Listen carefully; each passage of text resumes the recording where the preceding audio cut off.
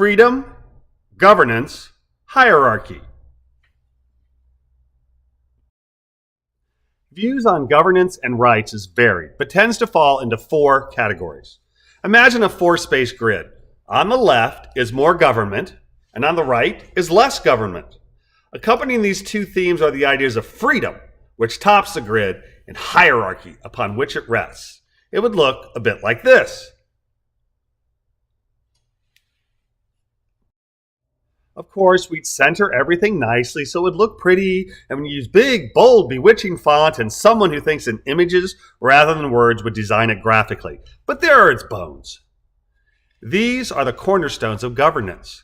We all yearn for freedom, but must recognize the need for hierarchy. And most of us call for less government, though many, most perhaps, actually want more government, though they may be in denial of this desire. People who want more government fall into two major branches.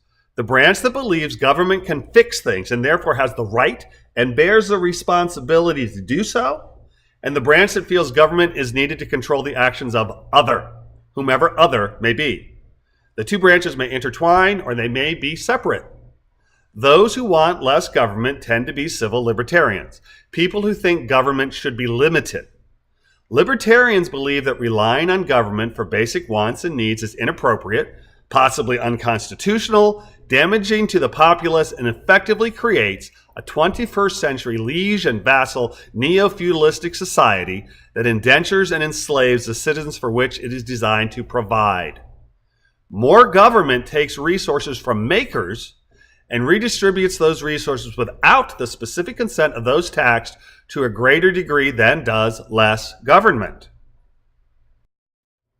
The degree to which we call for more or less government in the areas in which we feel legislation is needed and against whom taxes should be levied and for whom resources provided is intertangled in an intricate, self-contradictory, put our resources here, not there, miasma that oftentimes pits the financially vulnerable against big corporations and is the frequent source of yes buts for those who feel less government is the gold standard of governance, but also know we need to protect the environment, our poor, and whatever pet project is felt to supersede the less is more school of governance. Humans can be alarmingly inconsistent and self-contradictory. More government people are frequently socialists who see the world through a more pragmatic lens. A problem crops up, big government steps in and provides a solution. What could be better? Of course, fascists are also big government people, as is a group wrongly called communists, and the fact that the populace is being dictated to in regards to what constitutes an issue and what provides a solution can be highly problematic. Big government dictates, and whether the dictates are of, by, and for the people depends on of whom we ask the question.